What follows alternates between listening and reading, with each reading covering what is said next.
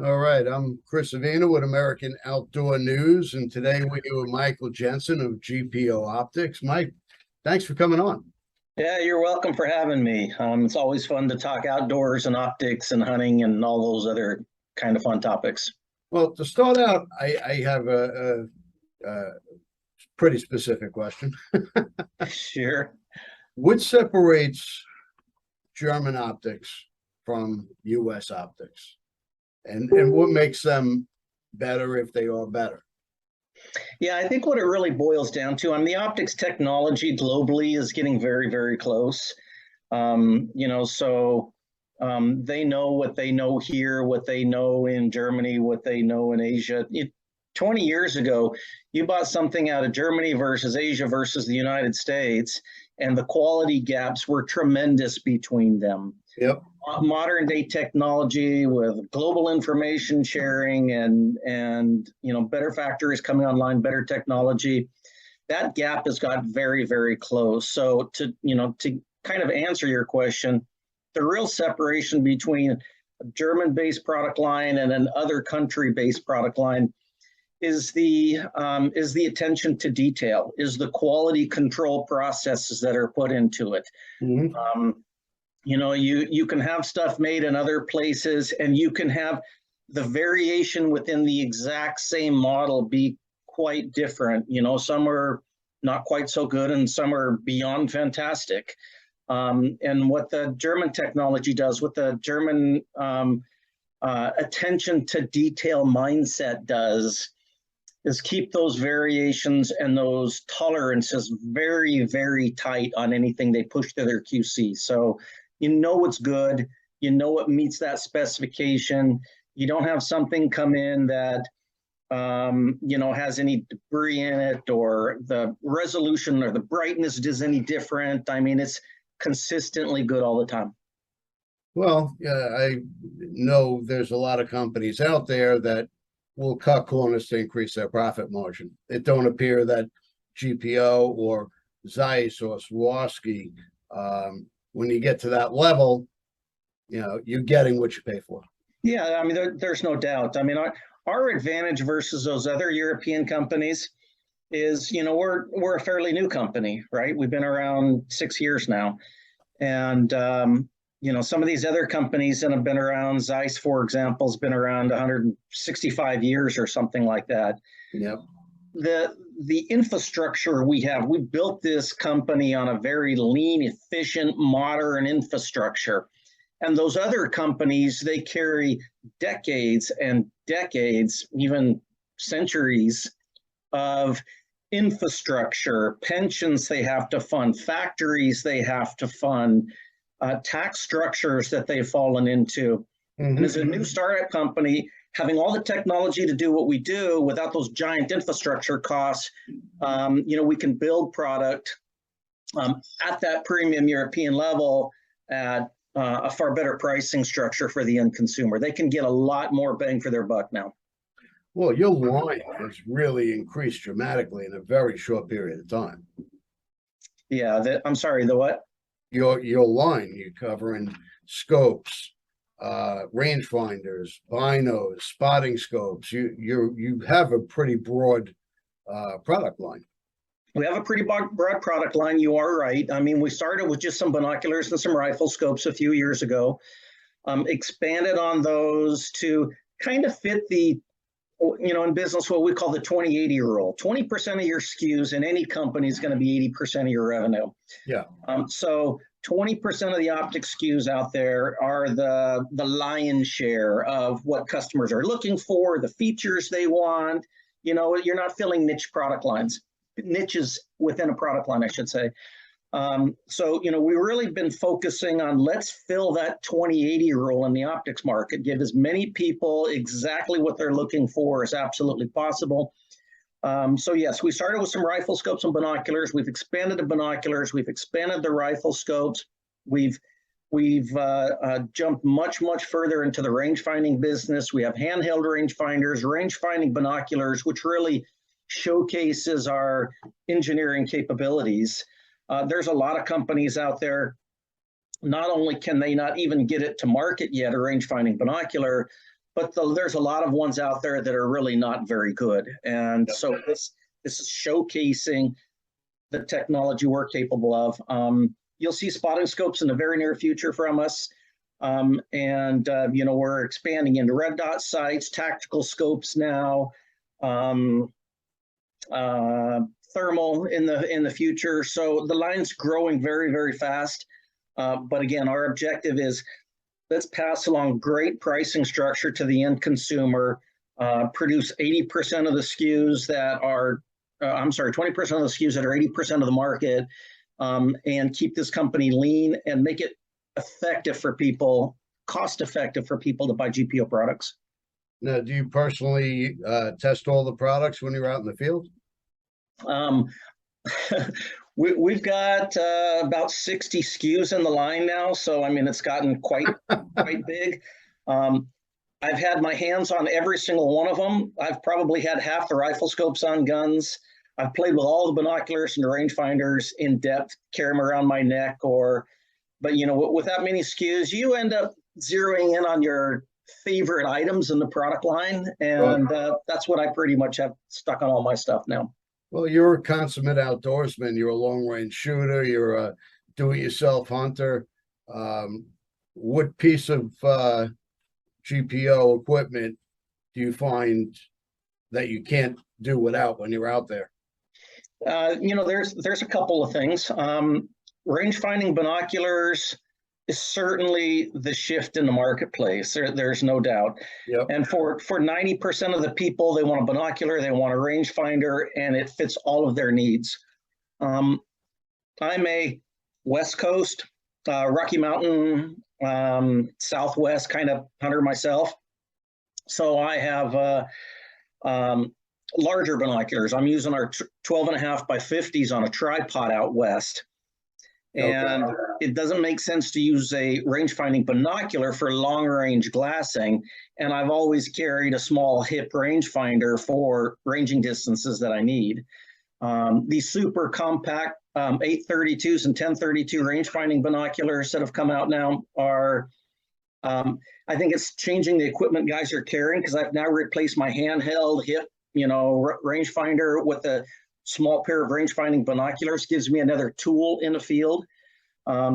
Rifle scopes, generally the higher magnification scopes for Western hunting is what I've shifted to. Things with turrets you can dial in, ballistic reticles that'll help you quickly pick up a shot acquisition at a further distance. So higher power scopes, higher power binoculars, and range-finding bino. 3 optics. I've got weight I'm carrying up those mountains every single day. You got to be in good shape to get up and down those mountains. Yeah, I'm not getting any younger, and I think the mountains are getting a lot bigger, so I can't figure out what's happening here. I can relate. Now, I know everyone wants to know about, what was your most gratifying hunt and things of that nature. What I want to know is, what was your biggest hunting blooper? Biggest hunting blooper. I got a lot of them. My best one, probably when I was a kid, I was archery hunting in Arizona with my brother, and we're archery javelina hunting, and we're sitting at the bottom of a canyon, and we find a group of javelina up on a ridge line. And he says, okay, I'll tell you what, I'm going to go left, you go right. We'll kind of come in on one uphill, downhill, zero in on these pigs, and maybe one of us can kill a pig today. So I take off up the bottom of this canyon. In the bottom of this big canyon, these big round boulders stacked next to each other. And to get up the canyon, I kind of had to hop from one to the next to the next. Well, I slipped, crashed hard, fell head first in between 3 rocks with my arms stuck wedged to my sides, and I'm stuck upside down between these 3 rocks in the bottom of this giant canyon. And I mean, I was stuck. I was really, really stuck. And if I was by myself, I'd have really been in trouble. But, the more I wiggled and tried to get out, the deeper it pushed me in between those rocks. And I had my head kind of pinned to the side on the ground, and I wasn't hurt, but I was really stuck upside down, shoved in between these rocks. And I was there for an hour and a half. Wow. And all of a sudden, my brother shows up and he came looking for me because I never met up with him up the canyon. And he didn't know where I went. I was gone. So he said, well, he's going to backtrack the direction I came and see if he can find me. So he's coming down the bottom of my canyon. He can see my feet sticking up on these rocks. And he ends up coming and pulling me out backwards. But yeah, that was a blooper. Getting stuck upside down in rocks on an archery hunt was one. I've taken a couple of those falls myself. Yeah, you hunt enough, you're going to fall. You have a chance to get hurt. And I spend, my passion now are these, 5-7 day backpack, do it yourself, freeze dried food, filtration water kind of hunts. Yeah, sooner or later, you hunt enough, you're going to fall down some. Yeah, those do it yourself hunts can be interesting, exciting, and you don't know what the hell's going to come your way. Yeah, it's a lot of work, but I don't know. Just being that far away from everybody, kind of living out of your backpack for so many days is. My wife calls me absolutely crazy, but it's just one of these things you like to do. It's what we need to do to get away. You bet it is. So we're going to take a quick break to acknowledge some of our sponsors. Underwood Ammo, of course, always a standard of excellence. Phone Scope and Pyro Putty. They are, always innovative with products. And of course, Hunt of a Lifetime. We're going to hear from them in a second, and we'll be right back. We love our children. We protect them. We guide them. We prepare them for life in the world. With all that we do, from deep in our hearts, we cannot control all things. Life-threatening illnesses and disabilities affect far too many of our children each year. While we cannot change the circumstance, we can make dreams come true. Dreams to provide hope, to provide spiritual healing and strength, to provide moments of happiness and relief in the hardest of times. We can give a glimmer of light and hope in a time of darkness and despair. Join huntofalifetime.org to help make dreams come true, to provide hope for children with life-threatening illnesses and disabilities. Hunt of a Lifetime is a non-profit organization fulfilling dreams for hunting and fishing trips to youth 21 and under with life-threatening illnesses and disabilities. Visit huntofalifetime.org to learn how you can make a difference. Okay, and we are back with Mike Jensen from GPO Optics. Mike, what I want to know is what makes an optic, a rifle scope, what makes it harness in all that light when you get to first light, last light, when you need it the most? Yeah, there's a couple of tricky equations here. One of the biggest fallacies out there, and people use it all the time, I've used it forever, is that great optics are actually gathering light. Technically, optics don't gather light. Optics transmit the available light. The catch is the best glass and the best coatings you can put on a lot of different lenses to make an optic, to make them push through, or I should say allow through the most light possible, gives you the brightest binocular. So lower quality binoculars have lower quality glass, have lower quality custom coatings on them, and they end up blocking 10 to 20% more of the available light than you should be able to get through those lenses. So that's the first thing. Binoculars and rifle scopes are transmitting light, and the better quality glass and the better quality coatings transmit more of it. The other big piece to the equation is, when it gets dark and your pupil starts to dilate and open up, your pupil's basically saying, feed me more light, right? And your pupil, when it's bright outside, is maybe a little 2 millimeter dot, and when it's dark, it'll open up to 5 or 6 millimeters. Little kids' eyes will open up to 7 or 8 millimeters. But there's an interesting combination between the size of your pupil at that point in time and the size of the diameter of the beam of light coming out of the optic at that particular time. So the size of the beam of light coming out of a binocular is generally a mathematical equation. It is the magnification divided into the size of the objective lens size. So a 10 power binocular that's got a 50 millimeter objective on the front, divide that and you get a 5 millimeter beam of light coming out of the back. Well, the higher magnification you go, the smaller that beam of light is. Or conversely, the bigger the objective lens is on the front of it, the larger the beam of light is. So on a rifle scope, when you have a lot of variation in magnification, you're actually varying the size of that beam of light. And if it's getting dark and you want, you want to be able to see through your optic perfectly, and your pupil's at 4 millimeters, then if you have a beam of light coming out of the rifle scope smaller than 4 millimeters, then basically it's going to just automatically look dimmer, right? Because your eye's saying, feed me more light, but the beam of light's smaller than the diameter of your pupil. So it's a combination of that. So in low light conditions, things look a little darker because your pupil's opening up saying, feed me more light. And the beam of light's generally fixed. A 10 by 42 binocular is giving you a 4.2 millimeter beam of light. If you want to carry a little compact pair of binoculars, like a 10 by 25, that's only a 2.5 millimeter beam of light. So obviously when nighttime comes and your pupils start opening up, they look pretty dim. Well, that's mathematics. You can have a 10 by 25, a little binocular, transmit the exact amount of light a 10 by 50 will transmit. The brightness of that beam is exactly the same. The difference is the diameter of the beam of light coming out of the back. That's the trick. Never knew that. I just always went with the best optic I could find. Yeah, I mean, that always helps. Even on the smaller compact ones, that always help. You get some binoculars out there that are transmitting 70 or 80% of the available light through them. Yeah. GPO's up in that premium category with the Swarovski Zeisses and Leicas. We're at 92, 93% of the available light. That's about as good as you can get, as any of us can get.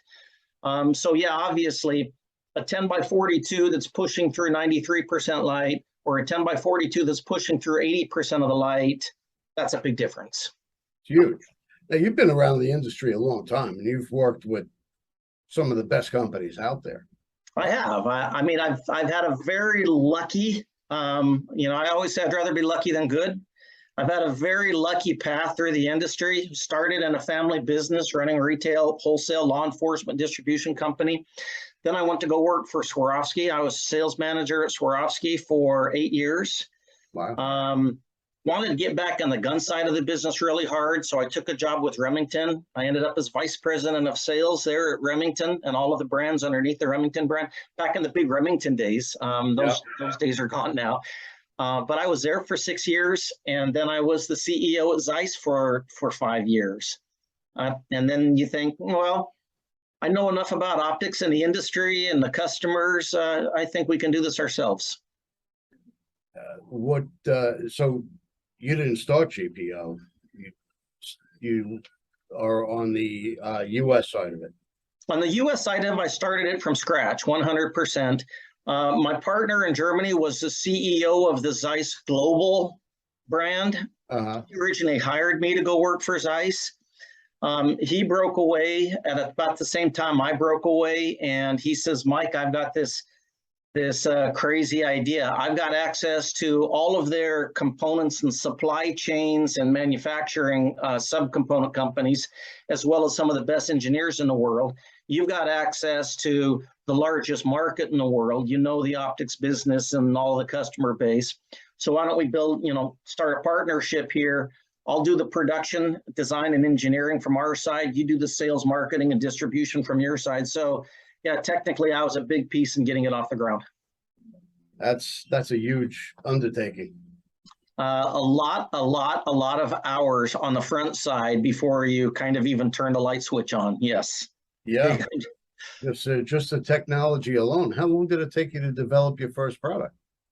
It was probably 2 years before we shipped our first unit. From the time he put the engineers on board, he had access to the component supply chain, for sure. Sure. But then they sit down and they say, okay, here's the rifle scope line we want to get started. I think we started with 10 or 12 SKUs. And here's the binocular line we want. And we started with about 8 SKUs and 2 different price points. Then they got started. So when we came to market, it was about 20 units, 15 to 20 different SKUs when we started. Uh-huh. I think we're over 80 now. So it's moving right along. That's a tremendous amount of growth in a short period of time. It is. And I think what's causing the growth, obviously people like buying great stuff. There's no doubt. Obviously the German engineering and the German capabilities add a little bit of nostalgia to it. That helps a little bit. Yeah. But from the American side, the price value or the price performance ratio of what we're bringing to market is what's causing all the stir out there. They're saying, wait a minute, I can buy a premium European optic now at, in many cases, virtually half the price of some of these other big brands out there, and there's no visual difference between the two. Customers like that. And, inflation is not helping anybody right now. Your dollar simply doesn't go as far right now. Quite honestly, it puts GPO in a pretty significant catbird seat on competing with those other European brands because our price performance ratio is so far ahead of them. Yeah. Now, do you have any supply chain issues? Yeah, we have had some supply chain issues. I think like anybody down to the tennis shoe business to the people trying to put lettuce on the grocery store shelves have had some supply chain issues. We've missed fairly strongly on a couple of SKUs that were important to us this year. We've delivered some, but not at the rate we wanted to. The advantage I have here is the Germany side of it. They handle sales and distribution through the rest of the world, and I'm taking care of the North American market. For what I'm doing here for sales, service, and distribution, I've got my warehouse loaded with product. We're inventorying a ton of product here as well. But if I run low, I'm not in a one-step distribution channel where I've got to make sure I'm scheduling out of production correctly, because Germany has a giant inventory as well for the rest of the global market. So as I'm running a little low on certain items, I can extract out of Germany's inventory, and that's dramatically helped our business here. So yeah, we've had some supply chain issues. Right now, I think we're shipping at 95% right now. So I mean, we're full right now coming into season, which is fortunate. But it's just part of running a business. There's always a new challenge that's dropped on your desk every morning. You got a lot of flexibility having, a global market. Yeah, the global market is giant. I mean, that helps us more than you can imagine, because if we were just running production and sales and you've got a supply chain, guess what? You're selling zero. I had no zero SKUs this year. There were some months where I was out of some important SKUs, but we've had no SKUs with 0 units out the door this year. Due to supply chain issues. Even when supply chain was giving production problems, they had inventory. So I had an advantage versus the rest of the global market. Sure. So if I'm in the market for optics, why am I buying GPO? You're getting one of the best optical products ever produced. You're getting something with the best technology in the world, especially our electronics or optoelectronic category, some of the best made out there. And you're getting it at, substantial savings. Our premium binoculars are more than $1,000 less than some of the European premium stuff. So you can get a premium European optic at dramatically better prices, and you can convert that money into gasoline. That's a big number. You got to use it somewhere, right? So better to keep it in your pocket and use it for gas and pay an extra 15% for the steaks for the barbecue. We're only $2 a gallon more than we were a couple of years ago. Oh, they posted some post the other day that I about jumped out of my chair. It said when gas prices had come down like 50 cents or $1 a gallon, they were promoting, I'm not going to say what network, but one of the networks was promoting America just got a pay raise. Yep. It's still $2 more than it was a few years ago, but now that we're saving $1 a gallon, we just got a pay raise. How can you do that? That's like looking at somebody and saying, the price of this item's $1 and I'm going to charge you $2 for it. Oh, but wait, I'm going to charge you $1.90 and I just made you 10 cents. It's crazy, crazy. They think the American public is stupid. Yeah, that's the bottom line. There's a lot of that going on out there. You are correct. Well, what do you have in store for us this year? Anything new coming out or anything you're going to be debuting at SHOT Show? Yeah, we're going to debut. We're not going to be expanding our range-finding binocular category anymore because, we just introduced those 32s this year, and those 50 millimeter and 32 millimeter range-finding binos kind of dramatically fills that 20/80 rule. But we will have some new handheld rangefinders next year. We will have new binocular category next year. We're going to have new tactical rifle scopes next year, new long-range hunting rifle scopes next year. So we're expanding. We're continuing to fill some of these high-volume gaps that aren't in the portfolio. So I think we've got 8 or 10 new SKUs, 6, 7, 8. Yeah, maybe a dozen new SKUs next year. Well, in this economy, that's a big number too. Yeah. Yeah, and 12 more SKUs is 12 more SKUs of inventory. You've got to plan, stock, fill, market, all of the above. So it's the American market is so gigantic, and it takes a lot of time and effort to get the word out on these are new SKUs or these are new items or what we have and what we don't have. So even, interviews like this today are a huge help, for a, growing company like GPO.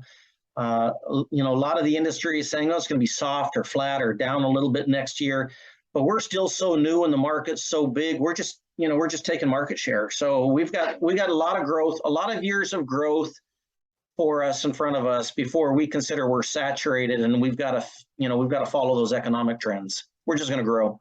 Well, you're around the industry long enough. It's always good to see a new emerging company and grow, expand, and be successful.